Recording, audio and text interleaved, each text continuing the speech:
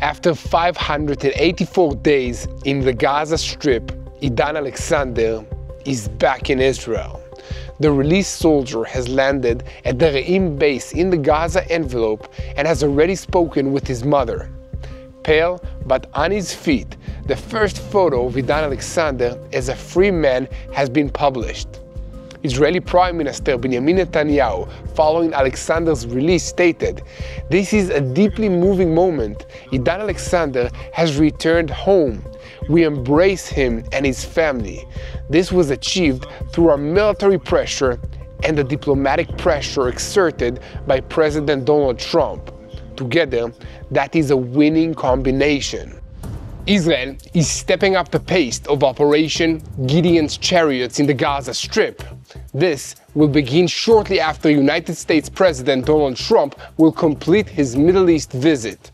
And meanwhile, more than 50 terror targets were struck in the past 24 hours in Gaza. These preparations include a redeployment of the elite paratroopers unit, who have completed 5 months of operational activities in Syria.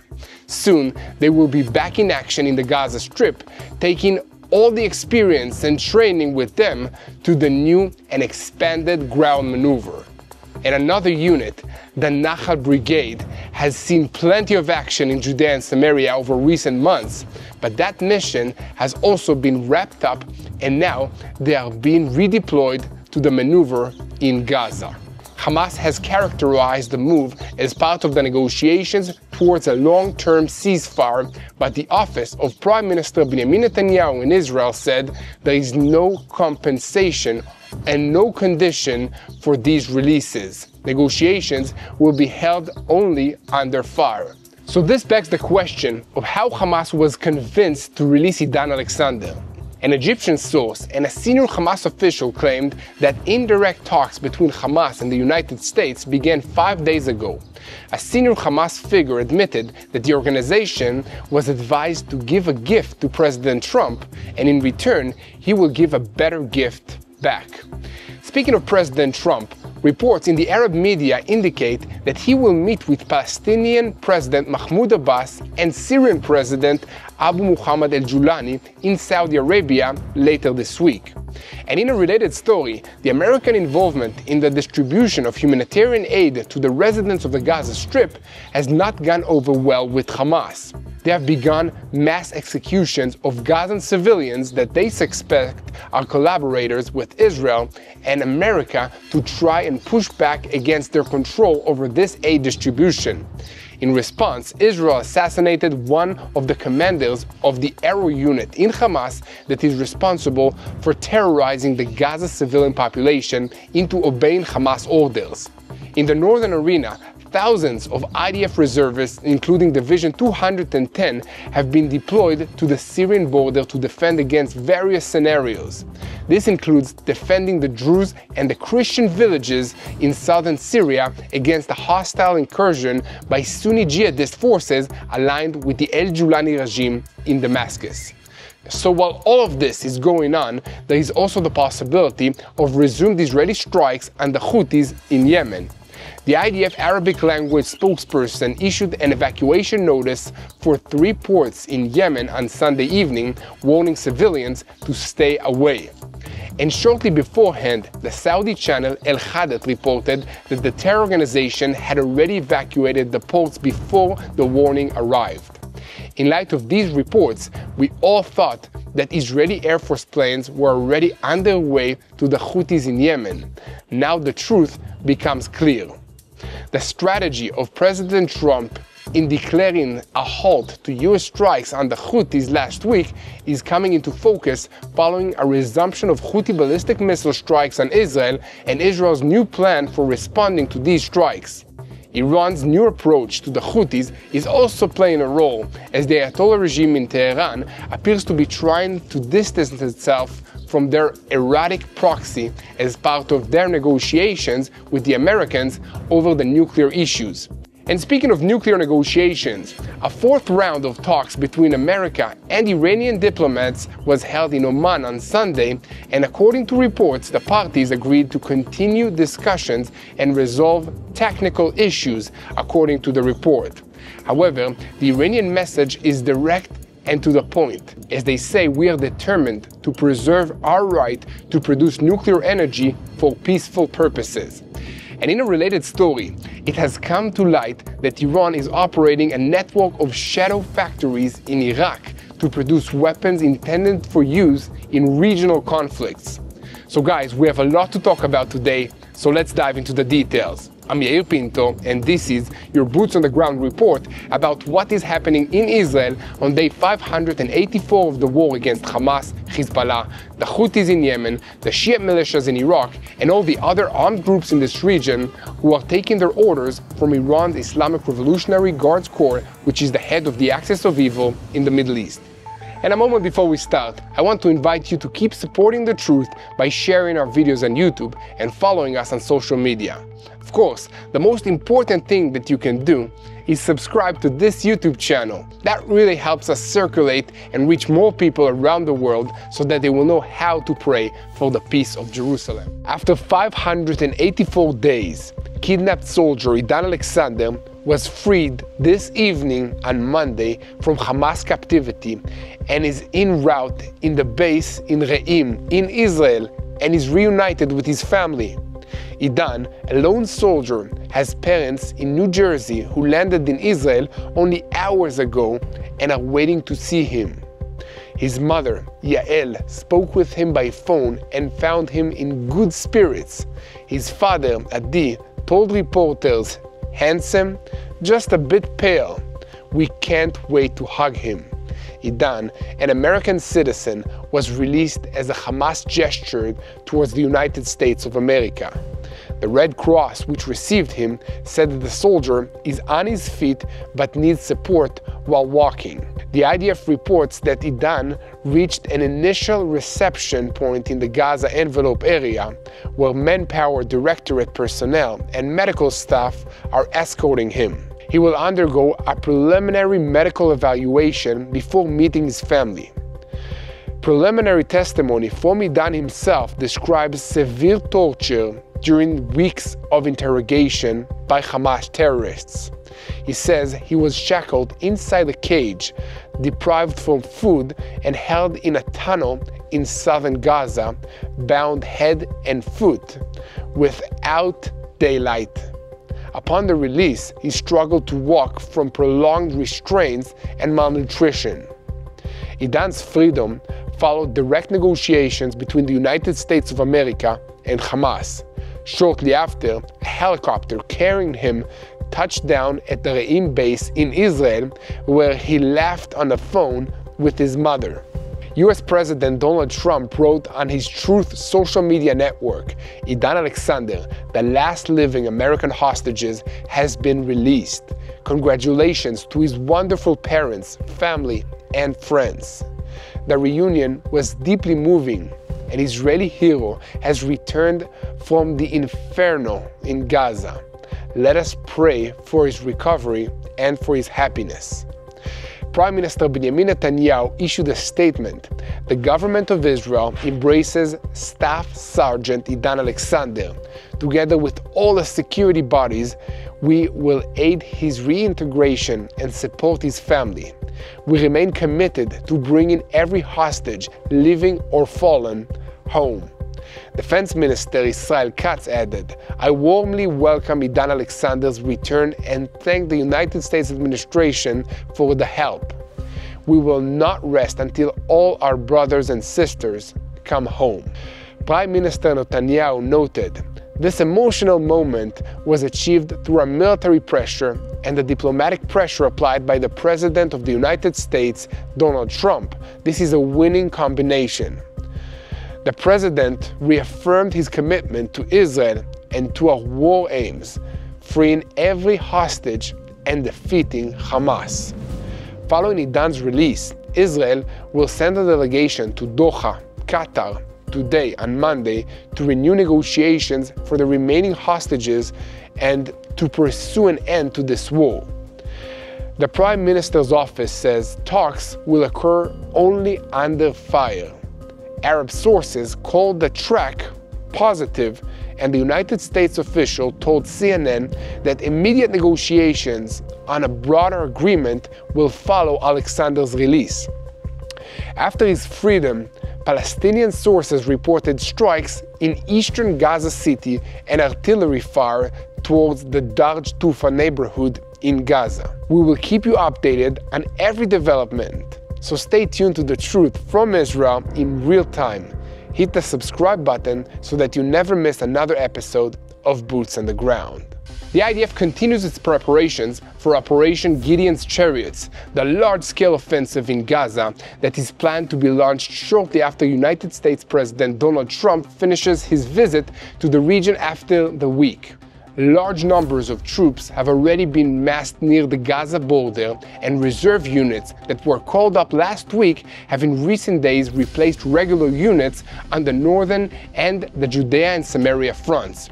IDF mechanics and technicians are also working to make repairs and maintenance to tanks, engineering vehicles, Namer APCs, and other armored vehicles. In this war, these vehicles have seen heavy use, and many of them are already operating beyond the limits of what they were designed for. And meanwhile, the fighting in the Gaza Strip continues non-stop. According to the IDF spokesperson, forces continue to operate throughout the Gaza Strip, destroying terror infrastructure and eliminating terrorists directed by military intelligence, the Southern Command, and the Shin Bet. In northern Gaza, Division 252 is operating, and in the south, Division 143, the Gaza Division, is taking action. The forces continue together with the Air Force to locate and destroy above and below ground terror infrastructure. Amongst the targets that were struck were Hamas headquarters, weapons depots, sniper and observation posts that, according to the IDF, posed a threat to troops in central Gaza. The IDF spokesperson's unit added that the Air Force struck more than 50 terror targets across the Gaza Strip, including terrorist squads, operational apartments, and military buildings from which the terrorists carried out attacks against IDF forces. All of this keeps the pressure on Hamas while the IDF prepares for the hammer blows that will hopefully bring this war to a successful conclusion with all of our hostages back home and deterrence restored in the south as well as on the other borders of Israel. And speaking of our other borders, after 5 months of operational activity in the Golan Heights, inside Syria, the paratroopers brigade forces have completed their mission in the north. They are now preparing as part of Division 98 for additional missions in the Gaza Strip as part of Operation Gideon's Chariots.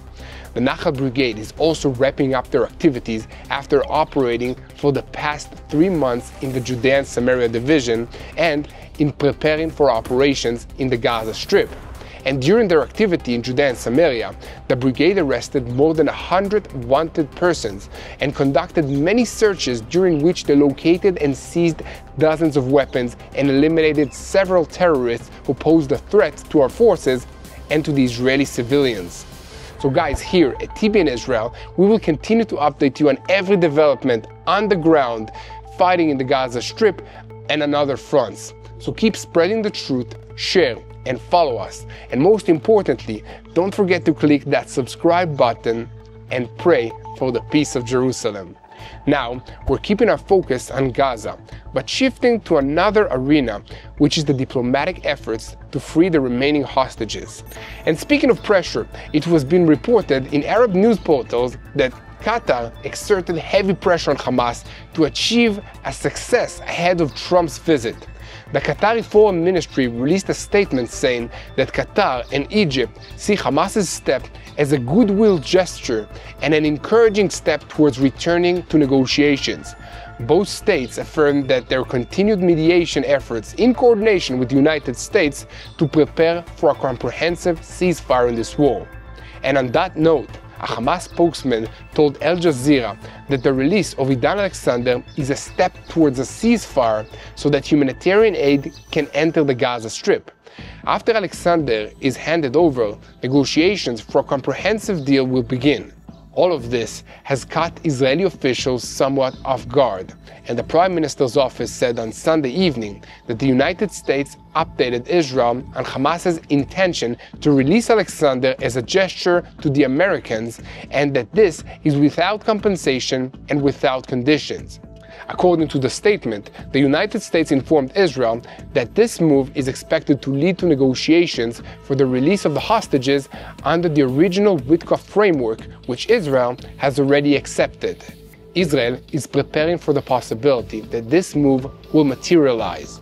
And according to Israel's policy, the negotiations will take place under fire with a commitment to achieving all the war's objectives.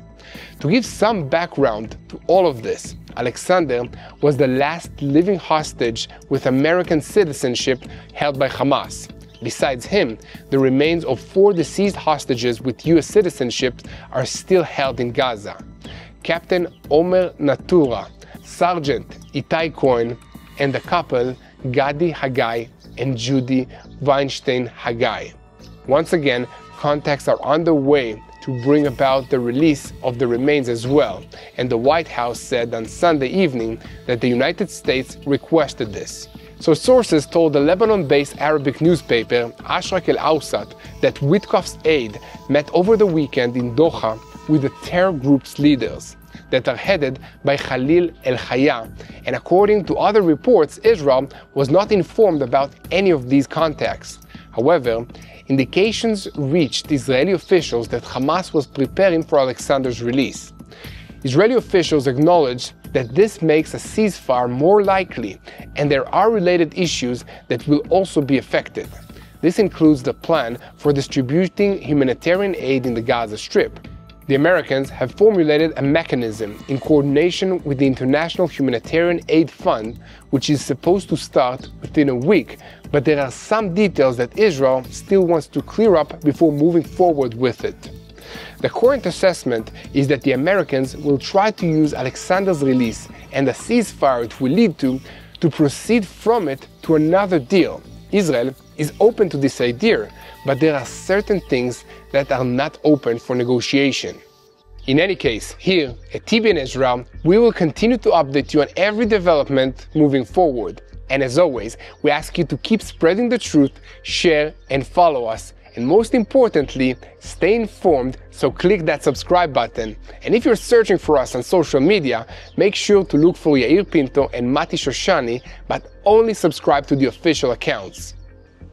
Talking about the continued fighting in the Gaza Strip, even as some IDF units are being rotated out of other theaters of conflict because the fighting there has been wrapped up, it reminds us that once the shooting stops, there will be a big mess to clean up in this region. This is already beginning, and we need you to help us and move forward. In the middle of everything Israel has been going through in the past 2 years, one thing has really stood out: the way that people around the world have shown up and supported us. From the United States to Europe to communities we've never expected, the support has been powerful. People are praying, speaking out, giving, standing with us in ways that remind us that we're not alone. So to our friends around the world, we want you to know that your voice, your help, and your heart means more than you know. Whether it's political support, humanitarian aid, or just standing with us in sharing the truth, you're part of this story. So here at TBN Israel, we're seeing it up close. You're helping us rebuild, restore, and hold on to hope. Thank you, truly. And if you're watching and you want to be part of it as well, now is the time. Visit tbn.org/rebuildisrael, and let's keep standing together and rebuild the land of Israel. That's tbn.org/rebuildisrael. Now, there is one more story to tell you about the Gaza Strip, and it's about the growing anarchy there as Hamas continues to lose its grip on the citizens. They're getting desperate and resorting to unexpected measures to try and hold on to what they still can. In recent days, this has included mass public executions to try and terrify the residents of the Gaza Strip into submission. The Saudi news portal Ashraq al-Awsat reported on Sunday that at least 5 people suspected of collaborating with Israel were executed in the Gaza city over recent days. The details are gruesome, so I won't tell you everything, but the bottom line is that these executions were conducted in a public square so as many people as possible would see them and get the message that Hamas wanted to send. Palestinian sources told the newspaper that the security and the intelligence apparatus of the military wing of the Palestinian factions are conducting intense security activities to track down suspected collaborators who undergo interrogation before measures are taken against them. The collaborators are suspected of providing information to Israel, which helped the IDF target senior Hamas leaders, weapons depots, and other things that Hamas needs to continue its battle against Israel. Many ordinary people in Gaza have had enough of this war and the cruel measures that Hamas is taking to try and prolong it, so they try to help the IDF defeat Hamas and bring the war to an end. If they're caught, they lose their life, but that's a risk some are willing to take in order to try and end the terrible situation that they and their families find themselves in. At the same time, Hamas is expressing concern over the new American plan to regulate the distribution of aid to the Gaza Strip, a move that could harm one of the terror organization's main sources of power, as it currently controls the aid mechanisms. On Friday, United States Ambassador to Israel, Mike Huckabee, presented the American plan for distributing humanitarian aid to Gaza, resulting in a sharp backlash from Hamas, which voiced fear of the move that might harm its control over the aid mechanisms in the Gaza Strip. This is a powerful mechanism of control that Hamas has, and they don't want to lose it. A Hamas statement claimed that the accusations by Huckabee against Hamas that the organization controls the humanitarian aid are far from the truth and constitute a repetition of Zionist lies that have been exposed by all the United Nations organizations and agencies operating in the Gaza Strip. The ambassador uses these accusations to justify partnership in Israel's forced migration policy by carrying out deliberate starvation. This is according to Hamas. I don't think anyone takes these Hamas statements very seriously anymore, but that's not the only bad news that they had to deal with recently. On Sunday, reports surfaced that an IDF strike in the Sabra neighborhood, Zaker Talib, resulted in the elimination of one of the commanders of Hamas's Arrow unit, which terrorizes Gazans and demonstrates governments by violence means and intimidation. So guys, here at TBN Israel, we will continue to spread the truth, so please share and follow us. And let's move on to the Syria front. The IDF continues to monitor events unfolding in Syria and continues actively on the border with Division 210 forces that are deployed to defend the Golan Heights communities of Israel. At the same time, the division's forces are deployed in readiness to defend against various scenarios according to ongoing situation assessments and are prepared to prevent the entry of hostile forces into the area. This includes also the Christian and the Druze villages in southern Syria, which are also receiving humanitarian aid from both the Israeli government and private initiatives. At the beginning of the month, IDF Chief of Staff Lieutenant General Eyal Zamir instructed that preparations be made for striking regime targets in Syria if the violence against the Druze communities does not stop. A senior security source declared, "We will not allow the harm to our Druze brothers. Israel has more tools in its toolbox to prevent harm to them." And meanwhile, Syrian Druze civilians were evacuated from medical treatment into Israel, and other forms of aid were also sent to these areas. Druze residents in southern Syria said that during the intense days of the fighting, the jihadist forces attacked the towns, and these attacks are not over. and that it is those residents that expressed deep fears that Islamist forces identified with the al-Julani regime in Damascus want to take revenge against them, but noted that there are armed groups and guards in the Druze areas and they are on high alert and will respond to threats against them. In related news, over the past weekend, al-Julani confirmed that his regime is conducting indirect contacts with Israel in order to prevent escalation between the states. This follows reports of contacts that surfaced in Western media portals. Now, we switch our focus to the south and to the ongoing situation with the Houthis in Yemen.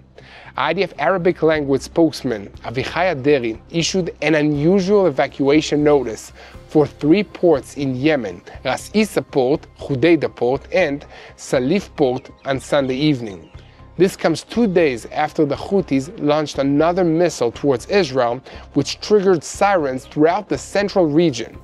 Reports in Yemen say that the Houthis evacuated the ports of Hudaydah, Salif, and Ras Isa shortly after the evacuation notice, but it is not known when the strike will occur. The notice is general and sends evacuations of the ports until further notice, and there is no way to be sure when the strike is scheduled to take place.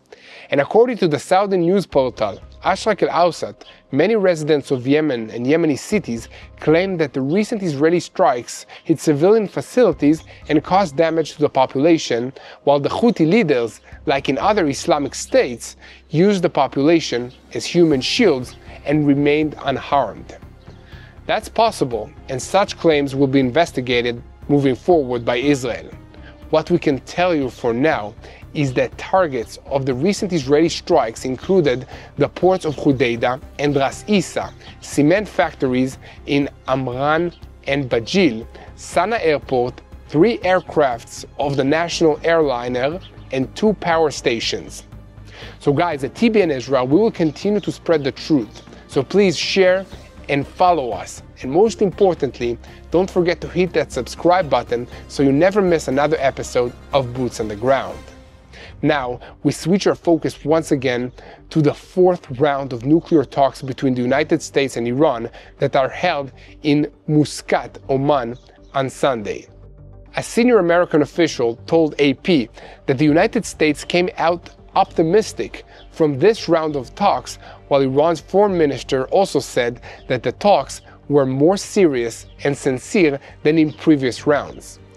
The Reuters news agency reported, citing a senior United States official, that our friend, White House Middle East envoy Steve Witkoff, held both direct and indirect talks with the Iranian representatives. The official added that the parties agreed to continue the talks and resolve technical issues between them. However, Iranian Foreign Ministry spokesman Ismail Bakai wrote on X that Iran is determined to produce nuclear energy for peaceful and civilian purposes. According to him, Iran is ready to continue on a diplomatic path to ensure preservation of its nuclear program under the understandings of the Nuclear Non-Proliferation Treaty. Recently, additional optimistic voices have been heard in the American administration regarding the talks with Iran, expressing willingness for Iran to continue holding nuclear energy for civilian purposes.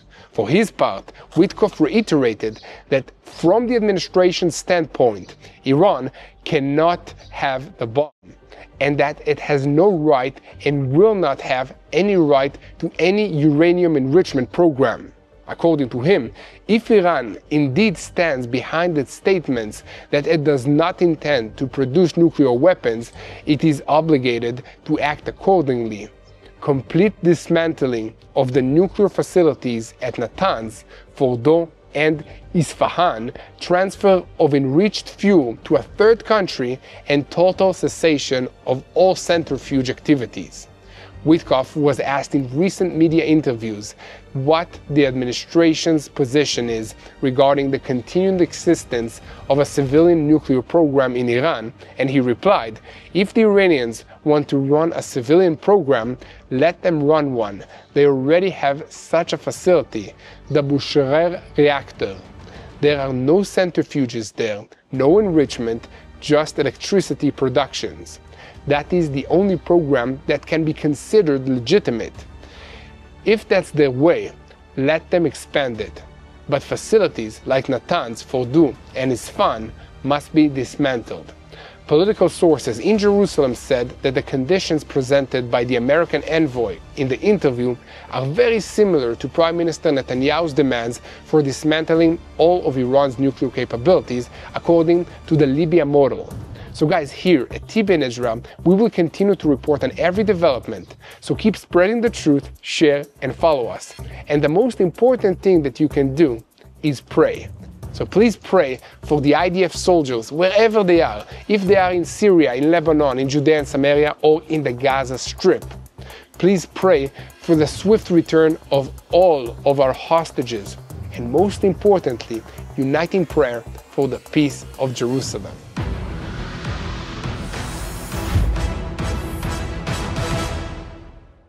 Hello, this is Mati here in Jerusalem with TBN Israel. This is Yair Pinto from TBN Israel here in Jerusalem. TBN Israel is keeping viewers informed with Israel-focused news, culture, and what God is doing in this land. Support TBN Israel today online at tbn.org/Israel. Thank you.